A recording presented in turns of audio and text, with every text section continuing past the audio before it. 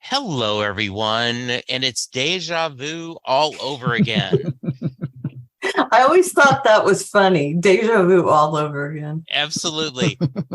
This is your last best hope for conversation, your Babylon 5 podcast. I am one of the hosts, Jesse Jackson. Joining me in the CNC is Karen. Hello. Command and control. Yes, and Lou. Hi, everyone. It's all my fault.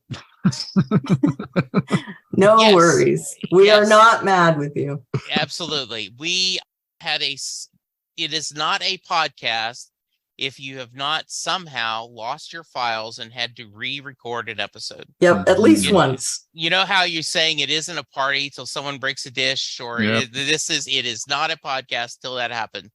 That's right. So we are here re-recording Legacies. So I cannot promise, but I will guess the over and under as with the phrase, as we said last time. I'm going to try not to do that. I'm going to try not to either, but the over and under, I'm going to put it 4. So, Okay. because it's going to be hard for I us think it's not going to be do that. higher than that, but I don't think we're going to try and do it. No, I don't think so either. Yeah. Do you have an over and under? What do you think it'll be? Over 4, under 4? 6. I think Yeah. 6. Lou, how about you? Lost. What are we talking about? Saying, how many it's- times are we going to say, as we said last time we recorded this? okay. Yeah, that in sports booking, there is an over and under. Like you're going to Right. say. No, I think understand it's- that concept. I just Okay, didn't know what you yeah. were betting on. Okay. I'm going to say 2. Okay. Ooh. Good. You're taking the under. Very nice. Yeah. Well, I hope so. That would make it very good. Now I'm going to try for 6. Because I don't so really can be remember right. what we said. So it's been a couple Yeah. of weeks since we recorded. So Yeah. my We short-term are- memory must not be as good as Yes. yours. We are talking season 1, episode 17, according to IMDb, Legacies. A Minbari military leader, dead body disappears on the station. I just started talking House of Dragons with our friends, Wendy, Christine, and Sean. And that's one of the things we started doing is reading the official little blurb on IMDb to start the episode. Mm. Yeah, so we did record this episode in the computer ate it. Just like the dog ate our homework, the computer ate our recording. So we will be talking about this again. Mhm. So let's start with you, Lou. Any quick thoughts?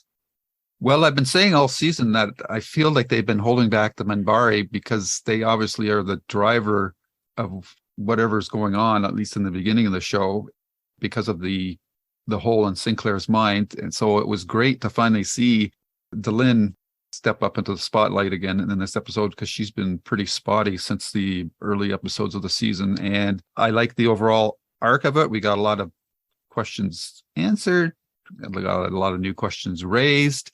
So I'm looking forward to seeing where this all is going to go. Good. Karen? Yeah, I really like this. There's a few reasons. Like Lou just said, we had some questions answered and then more came up, which is always a favorite of mine, because that means they're telling a good story and an arc. I am not a fan of the single episode story.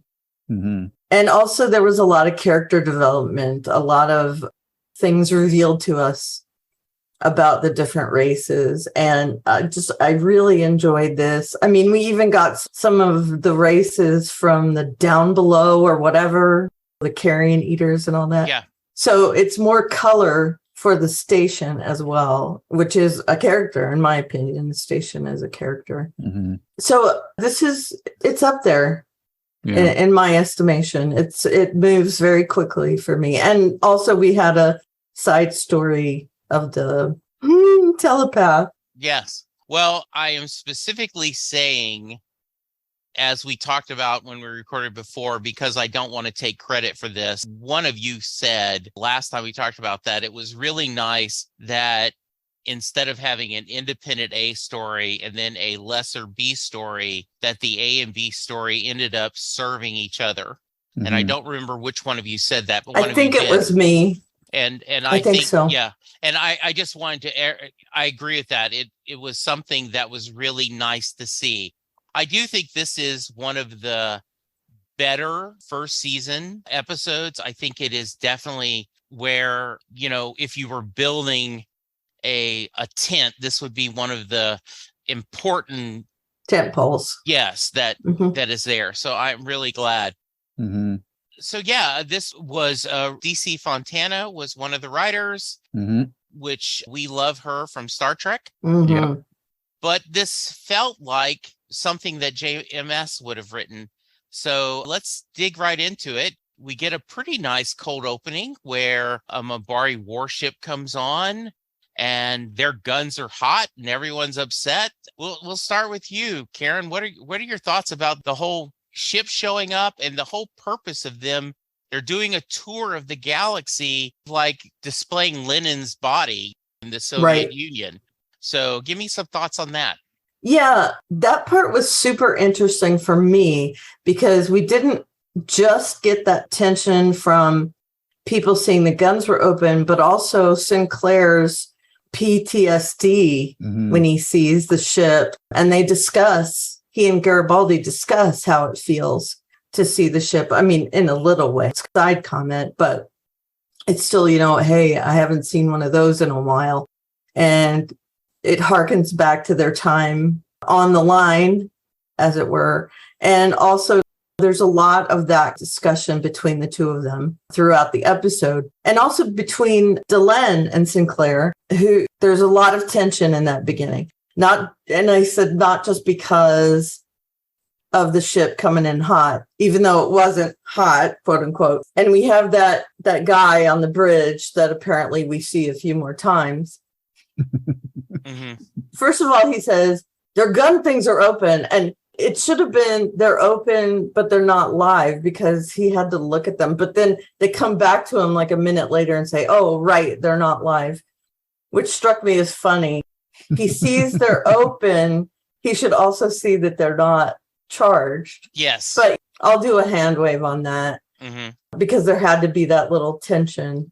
I enjoyed that cold open very much. And with Delenn, and she's done this several times with prodding Sinclair and Garibaldi to be their officer diplomat selves. Well, you need to come. Yeah, she's very, I won't say passive aggressive, but she's very quietly like, and you are coming, right? And it's like, passive aggressive. Yeah. I would say it's flat out passive aggressive. Yeah, like, yeah, I'm doing this. Lou, how about you? Yeah, when the episode started and I saw that DC Fontana had written, my expectation levels jumped up quite a bit, and interest because, as you said, she's wrote so many great scripts for the original Star Trek. And in this one, again, we're getting a lot of great. She knows how to structure episodes, so we get that great cold open. There's nothing weird about it or unexplained. It grabs your attention right away. It's especially again because it's a Minbari warship. You're going, okay. We've been sort of waiting for this other shoe to drop all season, and maybe something's going to happen this episode. So I really like that. And she's really good at not just pacing, but character and dialogue. So, and what really helps this episode a lot too, is there's not one bad guest star, which had been problematic in the couple of previous episodes that we've reviewed. So everything here really helps out, make sure that this episode is running much more smoothly than anything that we've watched in the previous couple of weeks. So I'm really happy with intrigued by the cold open, the Minbari warship with its gun ports open. And of course, the stakes are even further elevated because of Sinclair's background history with the Minbari. And yeah, it's just, the episode is off to a really great start and just can't wait to watch the rest of it. Yeah, I love seeing the warship and the idea of Sinclair. Like it brings back, as you said, bad memories. The one of the things on Lurker's Guide, JMS had posted, there's one brief blip in there that we're going to see again. I'm not sure I'd call it a clue, but certainly a cue, a hint of something to come. You won't have to wonder what it is. It'll be shown in a flashback of that particular yet to air episode. I'm not sure what he's talking about, but I do believe that from me, a lantern on gun ports open is something that later comes important to the series. Alrighty. Not changing the world thing, but it is something that goes, okay. That's a little why that something to happened. look Yes, for. absolutely. Yes. Yeah. And is that where he has the flashback at the beginning? I think it is. Yeah. Okay. Yeah, that was interesting too, that he had the flashback of his soldier buddy getting erased, essentially. Yeah. So we meet a Naroon who seems to be a high level in the Warriors cast, played by John Vickery. It is not spoilers because you could go to IMDb and look. He returns in the series, which I was very happy to see because I thought he was a good character. He was not one note. His journey with Sinclair, I thought was well done. So give me your thoughts on him. And Karen, you can go first. Okay. Yeah, I liked him a lot. He wasn't the mustache twirling villain that we've seen before on the show. And I did really enjoy his interactions with everyone. I was shaking my head a little bit at some of the stuff he did. He says right up front, I don't want anybody but Minbari guarding this, so no Babylon 5 guards, and then he blames them for the body disappearing. So I felt like saying, okay, so go to your Minbari guards because they're the ones that let it happen. But he's hot under the collar about it. Then he goes back and forth a little bit between being outraged, placing blame, going through Sinclair's quarters and then having a fight with him. And then he gets cowed by Delenn, who pretty much says, you're gone from your position of power unless you let this go. And she speaks for the Great Council, which I thought was a good beat, which means she's known as part of the Great Council, but she's not. So it's under the radar for some people, but not for others. So the warrior cast knows that she's part of the Great Council. She says she speaks for the Great Council in this. And then at the end, when he and Sinclair have that détente, grudging respect for each other because they were both warriors in the same war, even though they were on different sides, and how Sinclair takes the high road and says, I don't have to like what he did to say he was a good leader. And he is surprised by that, Naroon, but he understands that Sinclair gets it at the end. And I like seeing him go from, well, we hate Earth, but we needed to come here. And I think part of his thing was a flex, bringing the leader here to say he was a good leader and we would have won the war. You know, it was flex, I think, for him to bring the body to Babylon 5, knowing that it's human run. Yeah, I do think that is a little bit. Lou, how about you? Thoughts on our guest star? Well, I was a little worried in the beginning because he was in a danger of a couple of times of going over the top. I guess I was still a little hypersensitive because of Scar Guy from the previous episodes. So right. Scar Guy. Unfairly Naroon, I don't know how you say his name, but he evolved into a solid character by the end of the episode. He is, like Karen said, his interactions with the main players, Sinclair and Delenn, were very interesting because on the one side you saw with his interactions with Sinclair, he was very aggressive, very proud, very unflexing. And then we saw with Delenn that as powerful as he had projected himself to Sinclair, Delenn just put him in a spot. Like, you know, he says, you're just a soldier and I'm on the Great Council and my word is final. And that really took the wind out of his sails. So that was a bit of a shock to see and quite interesting. And it was great because not only are we seeing more about the Minbari in general, we're learning a bit more about the struggle that's going on between the warrior caste and the religious caste of the Minbari culture as well. So I really liked all that stuff. It was good interplay. And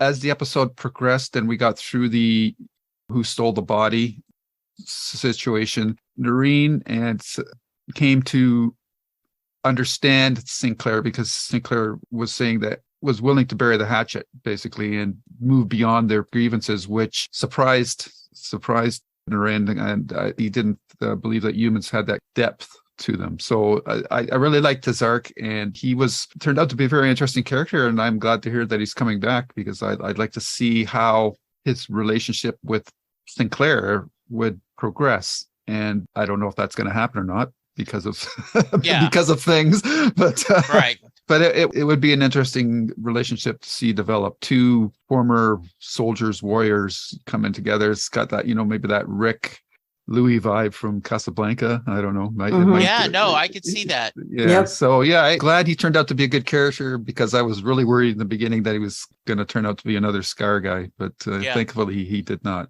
Yeah, forever known as Scar guy. Yeah, so I'm going to stick with you, Lou, on this. Okay. So we get this really weird storyline in a way that the religious caste knew that this leader started as religious caste, moved over to the military caste, and really wanted a funeral that would be very subtle. Right. And he would not have been happy this making a big deal. Right. Like, I know my father, when he passed, had made it very clear that he did not want anything, even though he retired from the military, he did not want any ceremony. Mm-hmm. And the only thing we pushed is we said, Dad, we won't have him play taps. We won't have a, honor guard, but we do want a flag on your casket. Mm-hmm. And he said, okay, that's fine. Right. So Delenn has this crazy, okay, and spoilers, right? Mm-hmm. They steal the body so they can cremate it. And their plan was, he mysteriously disappeared and this will add to his legacy. Mm-hmm. But the military caste just immediately assumed someone stole it. So Lou, let's talk about, I don't think that's my opinion. I don't think Delenn thought that plan out very much. Well, I think she did, but she didn't really care what the consequences were. She just was going to do it regardless. And it's interesting that one of their great warriors actually turns out to be the reluctant hero. So that's a common theme in a lot of genre literature and so forth. So in a way, it's too bad. I would have liked to have met this character, Bramner, before he had passed away. It sounds like he would have been an interesting character to know. Yeah.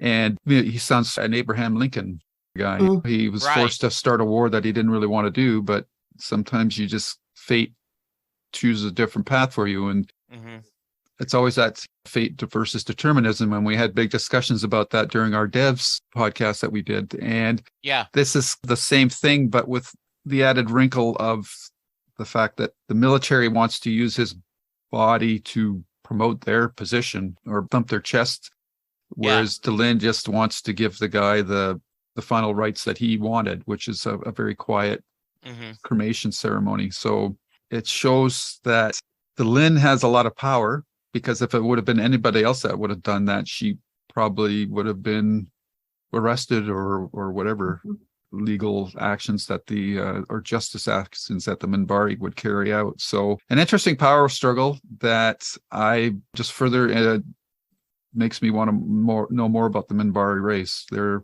just I think we're just at the tip of the iceberg, and we're just starting to get a glimpse under the waterline with everything that they're up to. Karen? Yeah. Delenn always, now we know that the Great Council ordered the surrender. Mm-hmm. So she obviously thinks humans are important, but she was more than willing to throw them under the bus in this episode. When Naroon says that the body was stolen, she doesn't speak up. She doesn't try and guide them in a certain direction. She just doesn't. She seems to not care if someone's going to get blamed for it. So I wasn't sure about that dichotomy where she cares and then doesn't care. I'm assuming we'll learn more about her caring about certain things. But I thought it was interesting that she knew the whole time because she orchestrated it. Yeah. but she stayed quiet until she was literally found out. And I did think it must be a thing with the Minbari that like bodies can do things that in other races they can't do. Mm-hmm. And I think she had a lot of integrity in carrying out the wishes of her hero, because he specifically wanted to be cremated and scattered. And so she wanted to carry that out. And I thought she had a lot of integrity on that front. And then on the other front, she was going to let the chips fall where they may. Yeah, there is a little bit of a quiet arrogance to Delenn. I think that in her mind, well, this will all die away, and the end justifies the means. And so I think that was it really shows her confidence, and I think a little bit arrogance. And I do love, and let's stick with you, Karen, the discussion she has with Darun when she's calling, because like Sinclair and them figure out, and we'll talk about the B storyline in a minute, but they determine that she's done this, and she's like, I'll take care of it.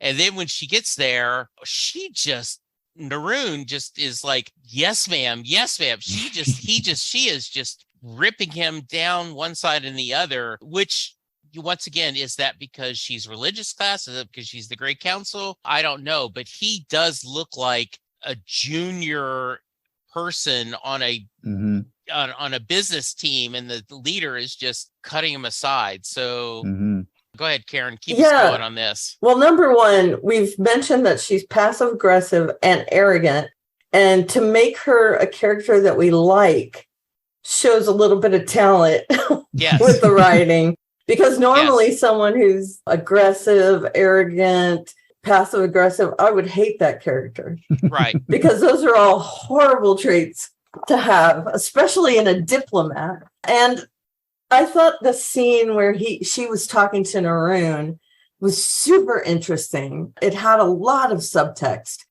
We know that they don't get along, the two castes, those two castes at least. Yeah. That there's a lot of friction between them. But ultimately, it comes down to either, I'm guessing it's just the Great Council, that it's not that she's religious, but it could be both. I don't know. But that she puts her foot down and says, hey, Great Council says, no, leave it alone. And he immediately, yes, sir. Yes, ma'am. Yeah, he really does, doesn't he? He does, yes. Because she threatens him. Mm-hmm. She comes out and threatens him and says, I'm going to dismantle your clan if you don't go along with this. So, and he just drops it. Like, there's no discussion after that. Just, okay, I get it.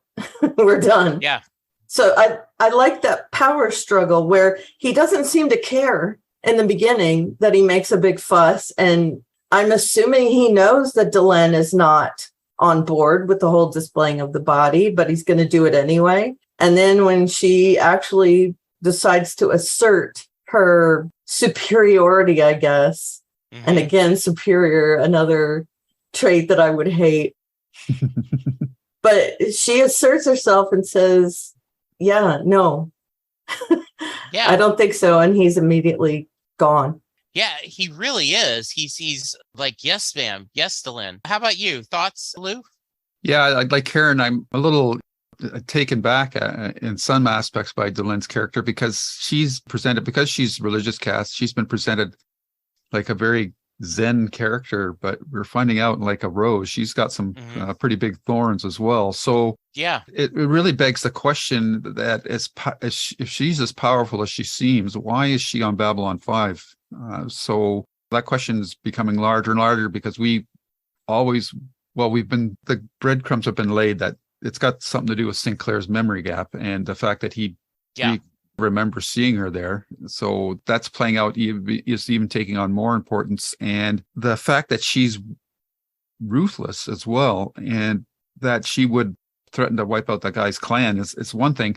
The thing that strikes me more is that she's presenting herself as this pure, untainted religious person, yet she's willing to instigate a hoax or a cover-up of saying that this body just mysteriously vanished and saying it was due to some sort of religious miracle. Yeah.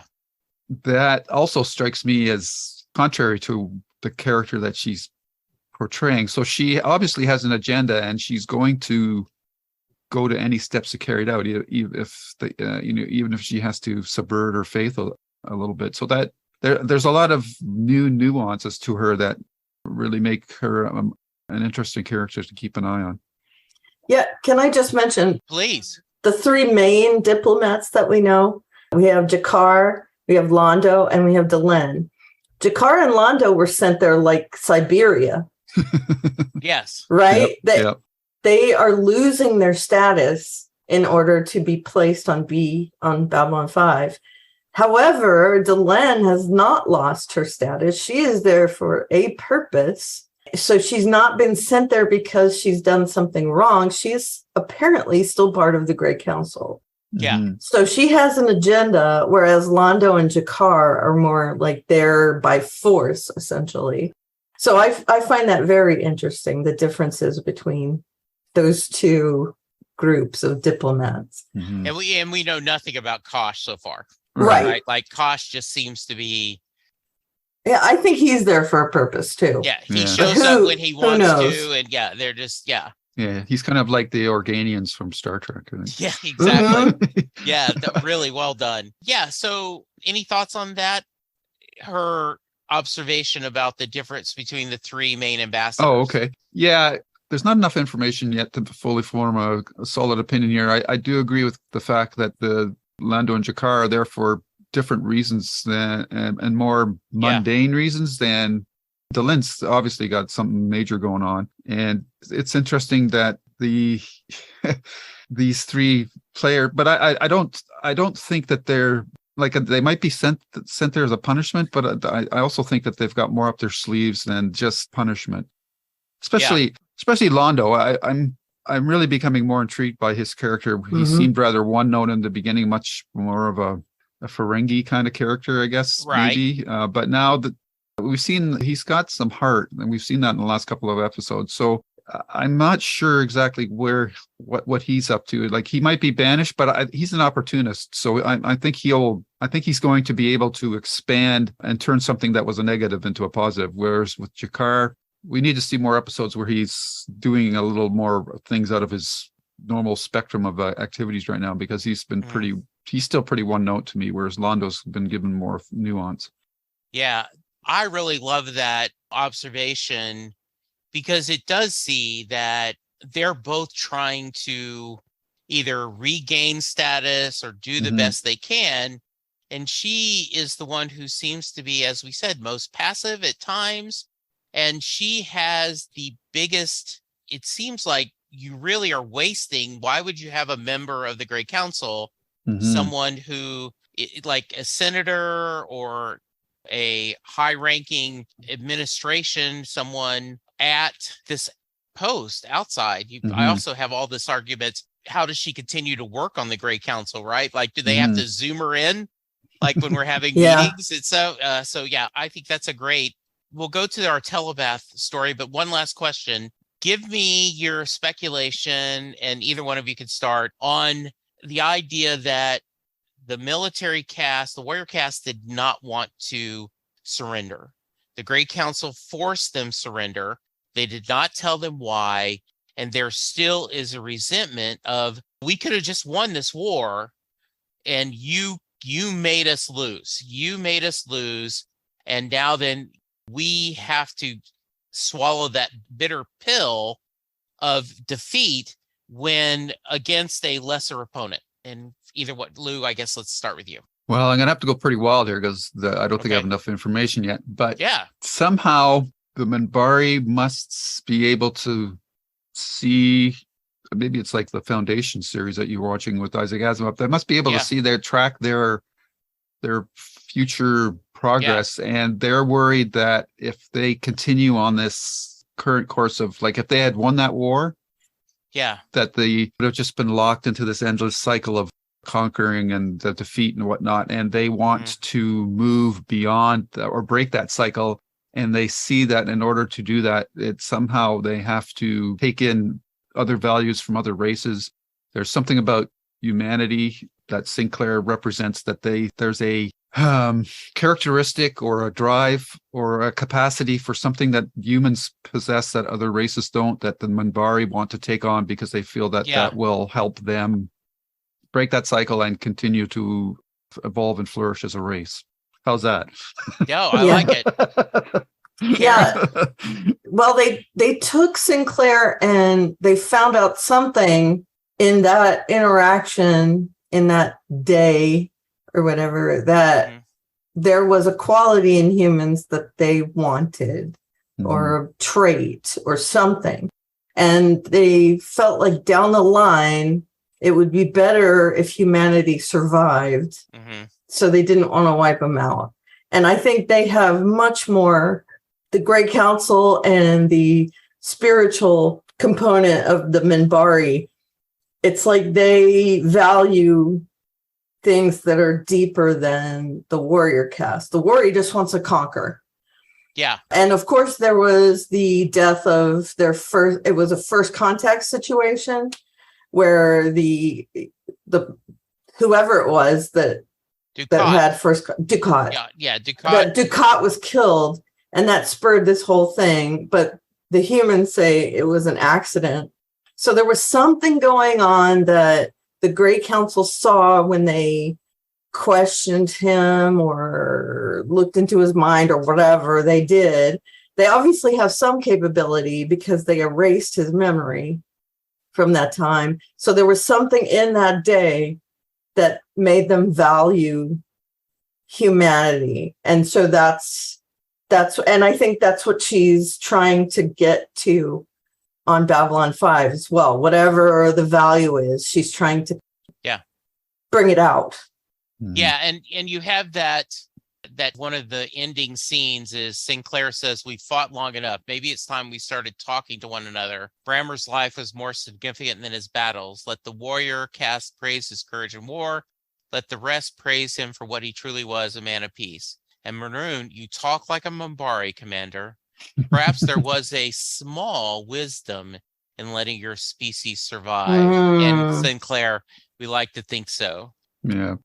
I just want to drill down a little bit more because of what Karen said jogged something else for me. Maybe the situation with the Minbari is it's the caste system, the three castes. Maybe they need to break out of that system. There might be something that's making them stagnate as a race, or that there's like it's certain players are staying in power too long because of their societal structure. And I think maybe they want to break out of those caste systems and just have one more maybe like humanity's hodgepodge of social interaction. I like that. You know, at the end, and I don't know if we were going to talk about this later, but at the end, when Sinclair's talking to Elisa, is her name Elisa? Sorry. Yeah, Elisa, yes. Okay. When he's talking to Elisa, she mentioned chrysalis, and he picks up on that. And I'm thinking that they're trying to bring earthlings, humans, out of whatever shell they're in. Okay. So they're trying to draw that out because obviously Delenn doesn't want anyone to know what's going on because she shut down when Elisa hit that. And I also thought it was interesting that she knew she was being probed, where Ivanova didn't know. Yeah. She only knew because Elisa said something. Right. So what special thing makes them able to sense? And they don't have native telepaths. So what do they have that allows this brain manipulation? So it brings up a lot of different. No. The Narn do not have telepaths. The Minbari do. Oh, okay. Yes, yeah, they have telepaths, as does the Centauri. It's the Narns that do not have any telepaths. Telepaths? Okay. Yeah. I wasn't sure, but she seemed to make it. Yeah. That it's like not like a big part of their society, that they just have like a service type thing to their society. Yeah. So I wasn't So, sure. yeah, no, I think that's all both really good speculation. Even weirder, there might be that somewhere in the distant past, the Minbari and humans were the same race, and for some reason they Or split. are we reading into that because of Farscape? Maybe, yeah. Maybe, yeah. So I do think that I know that Chrysalis ends up being something important. That's very clear by this that it is. So okay, I like all that speculation. That's not a mystery, though. I mean, they wouldn't bring it up if it didn't mean something. Right, exactly. But I'm wondering if it ties into the whole what they see valuable. Are they trying to bring them out of whatever? So okay, it's got me thinking, and that again, that's what makes a good episode absolutely. for me. Yep. All right, so Alyssa is a street urchin. She's having to steal to survive.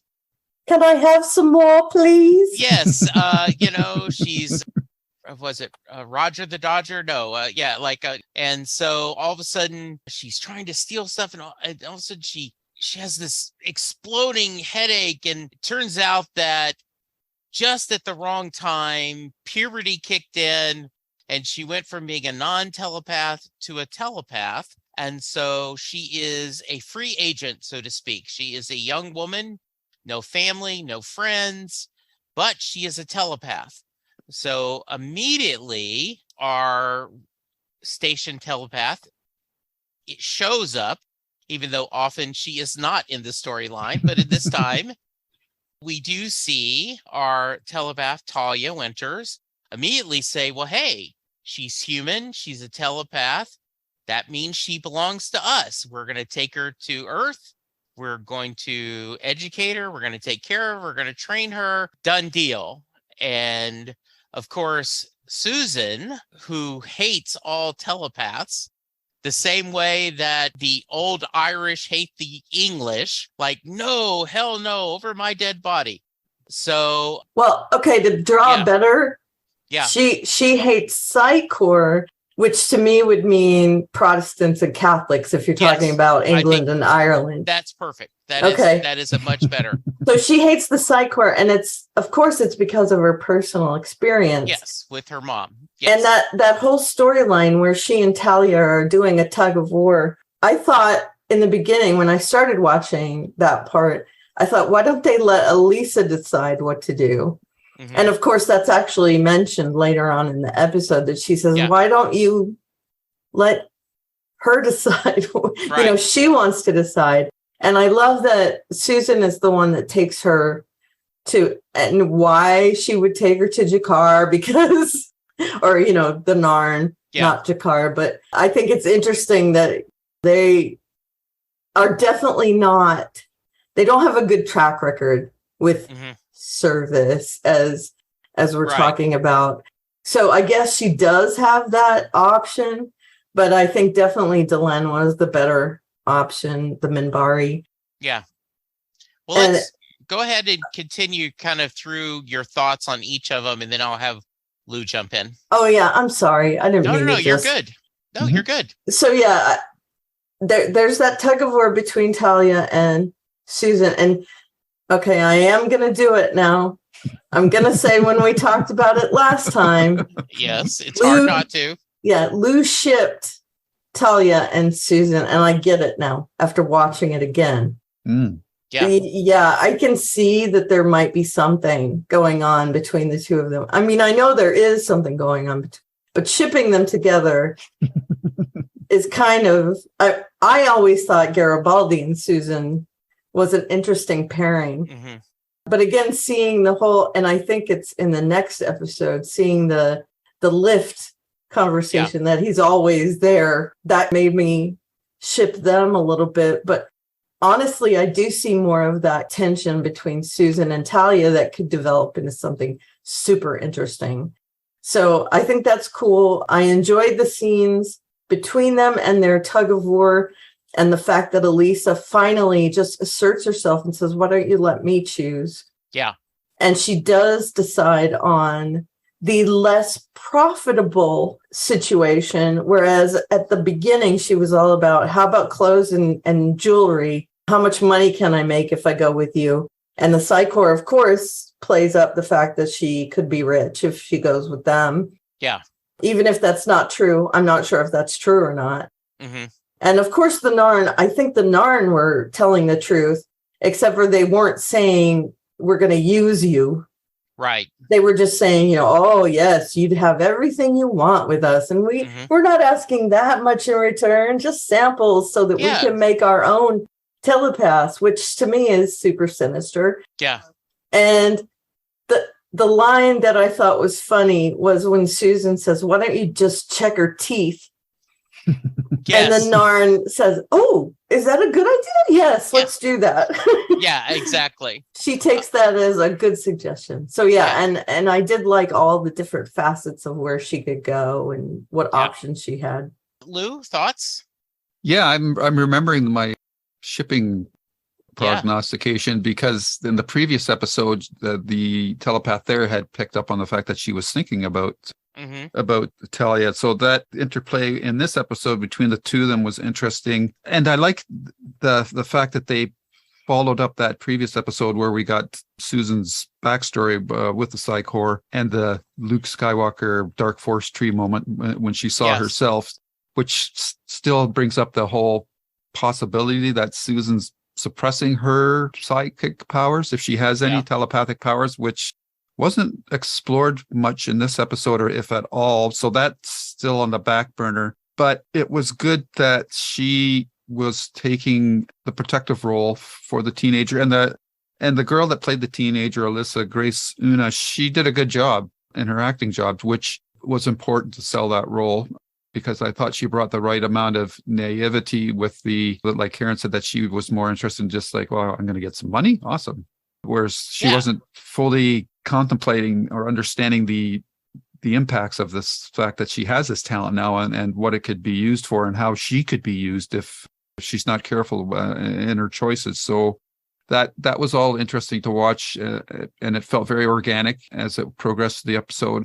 And I like the fact that Susan was able to step back and stop trying to control the girl's life and allow her the choice to make up her own mind. And again, with the Psychor, I'm still not clear on their power command structure, because I was under the impression that if you were identified as a telepath, you didn't really have a choice whether or not you went into the Psychor, or either that or you had to be drugged out of you. So that I was surprised how nice Talia was. Well, I thought she was going to get on the phone right away and call somebody from Psychor and say, hey, I found a telepath and blah, blah, blah. But that didn't happen. So I'm sorry, you were going to say something? Yeah, my guess is because it was off Earth and it was on Babylon 5, which is kind of neutral territory. Okay. So therefore, she could only suggest and make her case. I think is the reason why. I don't think that Commander Sinclair would have allowed, as much as he hates Bester and the Psychor, I don't think he would have let them come in and take her. So I think that's why she did that. Okay. I did like the end where there was like, that wasn't the decision I would have made, but I'm glad you're happy and I wish you the best. And I did like that little moment that Susan and her had together. We're like, well, can I buy you a drink? Well, I'm about to go to work, but it'll have to be coffee, but yes. So I do think there's a little hint of friendship or even more that could happen, which you would not have thought at the beginning of this, that she would even be in the same room with a telepath. So I think that is definitely character development and growth. For sure. Even just in this one episode where at the beginning she just nods and you can see there's not any, it's just pure animosity between the two of them. And then by the end, they're willing to set down their swords and have some coffee. Yeah. And I'm also super suspicious about Elisa's parents' deaths. Because interesting. Right. Her mom died when she was very young. And that's hinted at in that, yes, Susan, your mother died when you were very young. Same with me. Yeah. And I feel like maybe the Psychor had something to do with that. And then her father died in an accident. It gave me something to think about as well. Yeah. So interesting. Very nice. Any final thoughts on the episode? Any other things we've not talked about? I like the scene between Sinclair and then Delenn arboretum or garden or whatever it is Oh. that Yes. set's been reused a couple of times now. It's starting to remind me of maybe like when Denny Craig and the other character got up on the balcony all the time and had a cigar and they were talking about their day. Yeah. I think so. Yeah, no, that's a very good, that's very Yeah. nice. So I like those scenes, and it's the tension between Sinclair and Delenn is getting more textured now because they obviously like each other, but he knows that she's got something up her sleeve or something, but because of his background with the Minbari, and plus the Minbari went out of their way to make sure that he got command of the station, waiting for him to say, like, why did you make me, why did you pick me to command the station? He hasn't gotten to that point yet, which is weird, but you think he would, because he's getting Garibaldi to do all that background checking for him. So, and Sinclair's not the kind of guy to sit back on something, you know, so that whole thing is interesting as well. And as Karen mentioned, like, the last scene with Sinclair and Alyssa, where the word chrysalis comes up, that's not a lantern, that's a spotlight. So Yeah, it is. It is. Yeah, and I don't know if I'm spoiling something. I apologize, but it is that is the title of the final episode of the first season. Interesting. Yeah, I mean, I've seen it because the HBO page shows all of them. So yeah. So very, very significant, I think. So okay, when we get to that point, I'm going to have to ask you a question about the cast then, because I'm just curious as to why certain things happened then. But we'll leave it for then. Okay. But Sounds good. You're hanging a lantern on it now. Yes. Okay. Karen, any final thoughts? No, not really. I mean, I've said plenty. Okay. Probably too much. No, not at all. All right. I'm just glad you woke up. Yeah, me too. Very nice. I was, just so you guys know, I was super tired before we started talking. So yes. Yeah, no problem. Let's see. Let's do ratings. Lou, how about you? I'm going to give this, I don't remember what I give it. This is my one time. I don't either. The last time. I'm talking about it. Yeah. I really did like this a lot, but there's still stuff that I'm not aware of at this point. So I have a feeling this is an episode. If I came back and revisited it, I after seeing the whole series, I would probably go back and say, I like this a lot more because I know this, and this. But for now, I'm going to give it 8 gun ports. Okay, good. All right, Karen. I am also going to give it 8, and I don't remember what I gave it before either. 8 cones of Dunshire. I didn't bring it up in this one, but the thing that Delenn was playing with in her quarters looks just like the cones of Dunshire from 3D from Parks and Rec. Yeah, and I sent you guys a clip. I don't know if you watched it or I not. said, hey, that's the guy from Severance. Yep, it sure is. Yeah, Karen will retweet this link. It does look exactly what doesn't Delenn it? had in the background. Like a lo-fi version of what Delenn had. Yeah, a paper version of it. Yeah. Which was very, very funny. I'm in sync with you guys. I think this is a really well done standalone story, but also serves the greater arc. So I'm going to give it 8 out of 10 cups of coffee. So nice, because I ship those 2 as well. Yeah. I think I might get on board that train. Absolutely. So I know we've got some feedback, and also there was a question I remember from last time. I'm going to leave that for last. Okay, good deal. I'm going to leave Andrew's for last. So we have our 3 main contributors to feedback, which I love. We had Nathan first.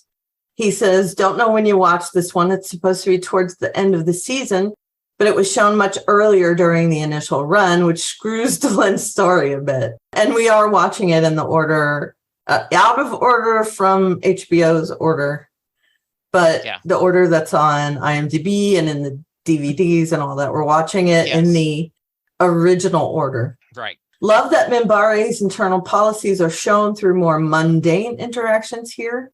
They are no longer just mysterious elves of Babylon 5. They were obviously a very Japan-like species. Yeah, they even had like medieval type cloaks on. You know, they do that where it's cinched in, but it's straight on the shoulders. But here they're pretty close. I'm Russian, so all the themes were very much in the air in the 90s in the post-USSR country. The question of what to do with Lenin's body was always in the news. and there were endless debates about burying versus continuing to display it. Turns out the same debate happened after he died, both times ending in preservation. The question of what's appropriate towards World War II veterans was also in the forefront all the time in the 90s, which led to countless mentions of military honor in different ways. So for others, it might have been Orientalist caricature of honor-based society. For me, this episode was very understandable. Ivanova's spat with Talia is great and shows just how terrible of an invention of GMS telepaths are from a writing perspective. In other sci-fi shows, they are always rare or very underpowered, like being merely empaths. But here the wooden girl, and Nathan did not enjoy her performance, Okay. just solves the problem by indiscriminately reading everyone's minds without consent. If Talia was a little bit more dirty, imagine how much havoc she could cause and how many episodes would end after 15 minutes. With usual regards, me. And I put Nathan after it because he just says me. And then we have Holly from Wisconsin who said, and again, Holly, I want to preface this by saying she writes her feedback as she's watching. So we get her feedback as she's watching the show. Get a little more of a flashback of the attacks Sinclair went through. Poor Lisa and the butting of heads between Ivanova and Winters on what to do. Of course, Brenmer's body would go missing, par for the course on Babylon 5. Here's hoping the investigation goes smoothly and the body is found quickly. Also interesting to learn more about the Minbari casts. Of course, the Narn are trying to get in on the action with Elisa. I trust Elite as far as I can throw him. The twist with Delenn stealing the body and cremating it was very understandable. I'm glad that Elisa decided to go with the Minbari to help with her psi training. Like Delenn said, it would help with the understanding between the Minbari and humans. Plus, we get the news that Elisa saw something else, or at least the word chrysalis. Something tells me we'll be hearing about that more later on. A great episode. I'll wrap it up here, Holly from Wisconsin. Nice. Thank you, Holly. Yep. And then Andrew, which I cut down a little bit, but he says a lot of things. In this episode, we get to see the awakening of a telepath and the struggle to secure her future. This is the perfect time to talk a little bit about one aspect of the Psychor, telepath upbringing. Telepaths are born with an unusual trait. There's no value put on it here. It's neither inherently good nor bad, but it is unusual. And so we have to ask a similar question to special needs education. How do we raise these children? Just taking the all-inclusion route seems impossible. Neither the parents nor the rest of society is equipped to deal with the outbursts of mind quakes, the inadvertent mind reading, and everything else telepathy entails. So we can't just pretend it doesn't make a difference at all. It also gives the most Star Trek resolution possible. It does something we in our modern society have failed to do. It allows the telepath to make the final decision. It asks the people that actually matter most in this situation. Also, a question.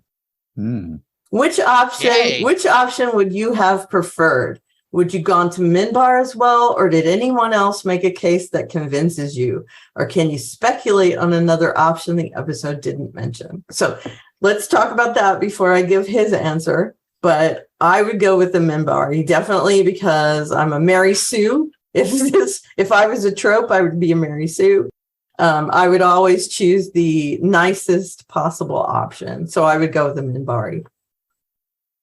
Yeah, I think I would go with the Minbari too. It seemed the most palatable destination out of the possibilities that were there. Can't see running out and going on my own.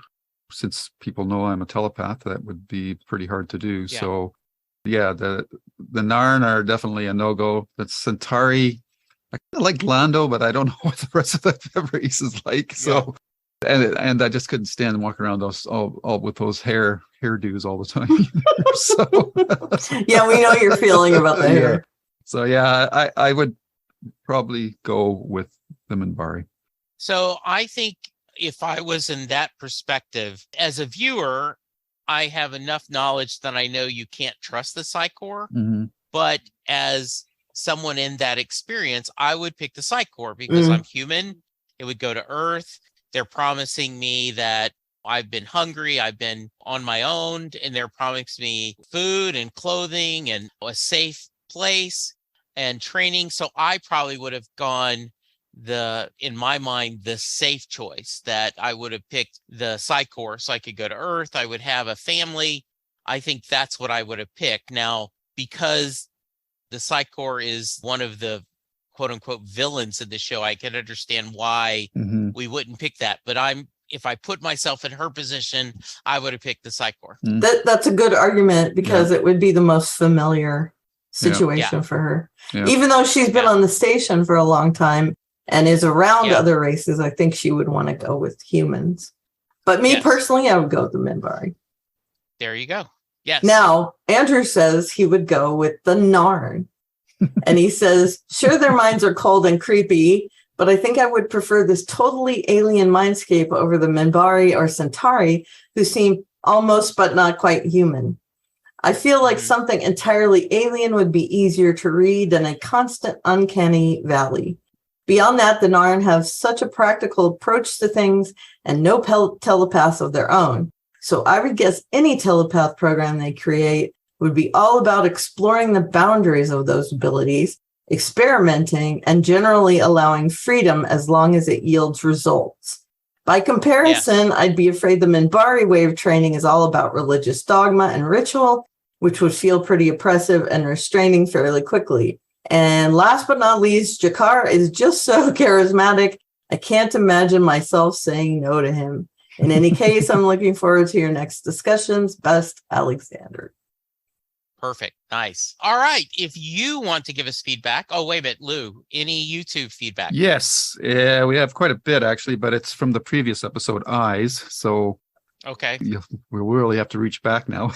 So, there was a new poster, Diana Yoder. She said she can't wait for next week, Legacies. I think this is where the show really starts to take off and the serialization gets more obvious and the show hits its stride. So she's quite into that. And we had a discussion about the Dilgar War, and that bleeds into the movie, the beginning. And their question was raised by Mike Finney about when we were going to watch that. I don't know if we landed on that, where we're going to do that, Jesse. I think the suggestion is that maybe after season 2, I will have to look. Yeah, I think there's a lot of debate on there. I know we should put up a poll and say, hey, vote, when do you think we should watch this? Right. Because it does give away some of the mysteries that you guys are asking. Okay, well, then I'd rather watch it after the series is done. Same. Is my vote. Good, okay. Or whenever we learn all of that.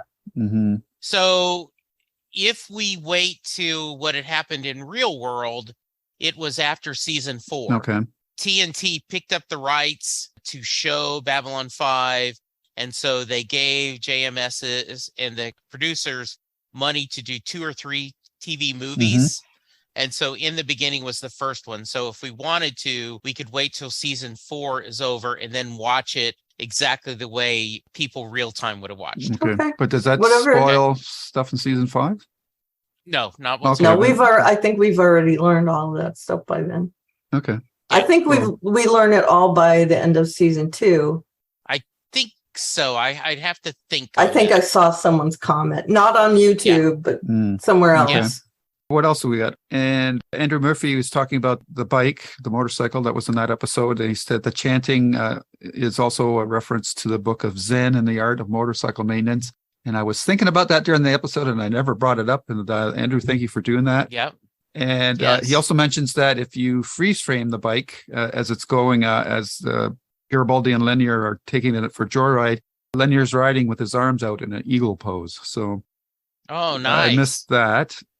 I'm the king of the world. Yeah. And I remember, again, this is my second time saying this, but last time I also recommended people read Zen and the Art of Motorcycle Maintenance. It's a very good book. It's been forever since I read it, but it has a lot of really thinky things. It's like reading the Art of War, essentially, but it's, much more modern and America-based. But anyway, I recommend it. Okay. And Simon Giles, who says the last name is pronounced with a soft G, not a hard G. So I hope I'm getting that right now, Simon. Mentioned that, Jesse, you talked about it would be a great concept if the internal investigators for a department were Yes. the heroes. And he said line of duty. So, Oh, okay. Well, I'll have to check that out. and yeah, I think that's pretty well it for that. Yep. Okay, good. Perfect. Well, if you want to give us feedback, there's a couple ways. You can send us an email, jklb5podcast@gmail.com. We are refreshing our Twitter, JKLM Podcasts. Karen, how can they find you? I am at Oliveria on Twitter and also other places. If you look for at Oliveria and other places, you'll usually find me. But there's a link in my bio to my blog, which you can please visit if you like. Oh, good. Okay. And Lou? I can be found on YouTube at Lou's Reviews, where you'll find these podcasts, the Babylon 5 podcast, as well as our one-offs where we've done Devs and Midnight Mass. And our next one will be Station 11. And we'll get started on that in a couple of weeks when Jesse gets back from vacation. And on Twitter, you can find me at Lou W. Sitzma or at the Stephen King Podcast. Wonderful. And I am at Jesse Jackson DFW on Twitter. And we will be back next week to talk A Voice in the Wilderness, Part 1. We decided that we would, instead of doing the two-parter in one episode, we would split them apart. Thank you, Lou. Thank you, Karen. Thank you, listeners. We will talk to you soon. Goodbye. Bye-bye. And scene.